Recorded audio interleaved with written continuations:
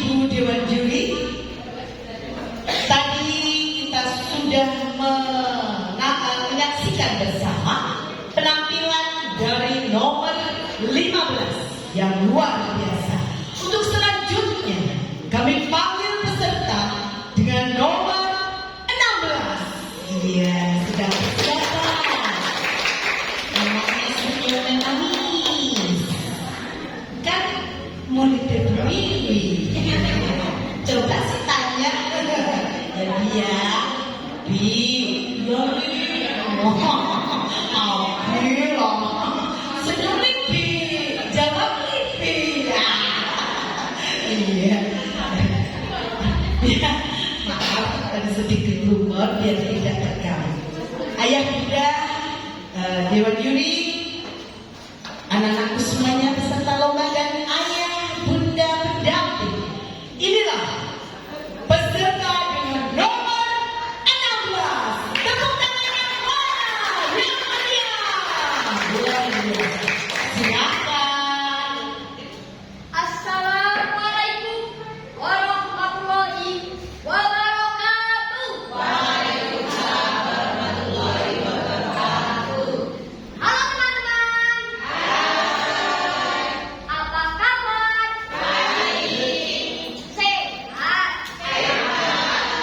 Alhamdulillah. Dewan Juri yang saya hormati, perkenalkan nama saya Ray M. Sinaldi. Teman-teman tahu apa yang saya bawa? Tidak. Ini adalah buku kumpulan cerita rakyat Indonesia yang ditulis oleh Basuki Sunarko, terbitkan oleh CV Sinar Cemerlang Abadi, yang diceritakan kembali oleh Puji W. Pada kesempatan ini, saya akan menceritakan cerita rakyat yang berjudul Misteri Alas Roban. Ingin tahu ceritanya? Begini ceritanya. Alas roban adalah merupakan sebuah nama hutan, kolong angker dan penuh dengan kemiskinan yang ada di tanah Jawa. Tempat tersebut sudah dikenal sebelum adanya kehidupan modern seperti sekarang. Pohonan yang bertulang tinggi, daunan yang lebat, tanjakan curam, kelokan tajam. Orang-orang menyebut sebagai kawasan jalur tengkorak. Di alas roban banyak binatang buas. Bahkan konon, jin dan murid juga menghuni alas tersebut, sering menyasarkan serta menculik warga yang masuk ke hutan untuk mencari ranting kayu bakar. Karena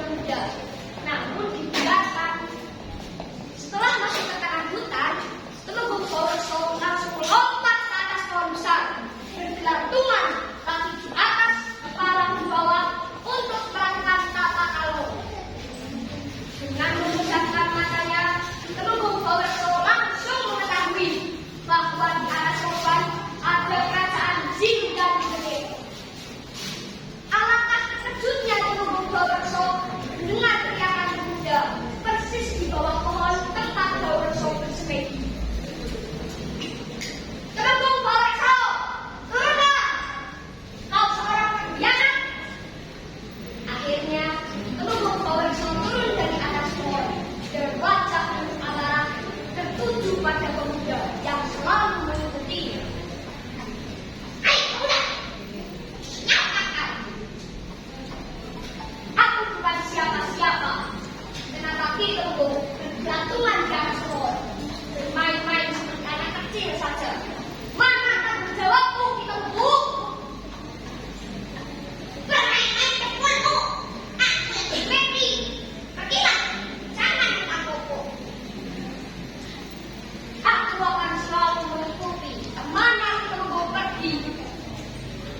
Tidak banyak bicara, keduanya saling adu pukul, adu setem. Temenggung Gowerso memukuli perut pemuda itu. Walhasil, pemuda tersebut terkekang. Ampun, ampun, Temenggung. Sekarang katakan, siapa yang sebenarnya? Kenapa kau mengatakan aku sebagai pengkhianat? Ampun, Temenggung. Namaku Jaka Saturu. Aku diutus oleh Kanjeng Sultan. Tugasku mengawasi Temenggung. Belum lama berbincang-bincang, angin kencang menghembus. Aura kegelapan mendadak menyelimuti arah Soban, memecah suasana menjadi menyeramkan. Ternyata keributan Temenggung Gowerso dari Jaka Saturu mengusik seluruh penghuni arah Soban yang tempat jin dan demit. Semuanya bangkit dan langsung mengepung keduanya. Karena merasa tidak banyak waktu, Temenggung Gowerso menghadang pasukan jin yang rupanya sangat menyeramkan. Kepalanya bertanduk, giginya bertaring, kukunya panjang dan tajam. Temenggung Gowerso memerintahkan Jaka Saturu untuk pergi meninggalkan hutan, menjauh dari jin dan demit tersebut. Pergilah Jaka Saturu, dan aku yang menghadapi para jin dan demit ini.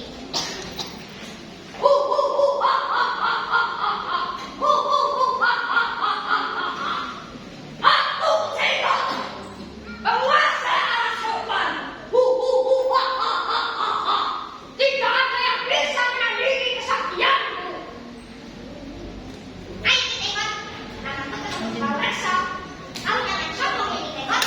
Di atas langit masih ada langit.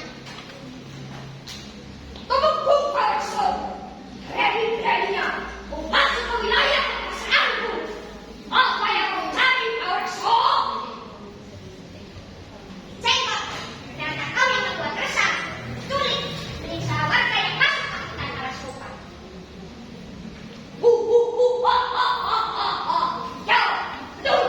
Aku yang menculik dan menyakiti warga yang masuk ke arah Soban dan menjadi santapanmu serta demit-demit yang ada di arah Soban.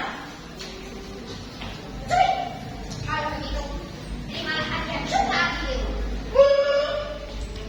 Siap. Ketika Temenggung mengeluarkan sumpah api biru, akhirnya pasukan jin dan demit bersimpuh di hadapan Temenggung Gowerso. Karena kalah, pasukan jin tidak diampuni. Kemudian Temenggung Gowerso memerintahkan pasukan jin dan demit untuk meninggalkan arah Soban. Aku Temenggung. Kalian akan saya ampuni, tapi jangan sekali-kali kembali lagi ke arah Soban. Kalau itu terjadi, kalian para jin dan demit akan saya musnahkan. Baik, kami pergi Temenggung. Sang Temenggung akhirnya berhasil melaksanakan tugas dan membuktikan kesetiaannya kepada Sultan Agung Hayatokusumo. Tempat pertarungan serta perjuangan Temenggung Gowerso yang banyak bertapa seperti kalong. Sehingga pemukiman itu diberi nama Pekalongan. Itulah kisah arah Soban dan sejarahnya. Itulah yang bisa didapat dari cerita di atas bahwa kita tidak boleh curiga kalau belum jelas kebenarannya dan kita harus melaksanakan tanggung jawab dengan baik dan benar. Burung irian, burung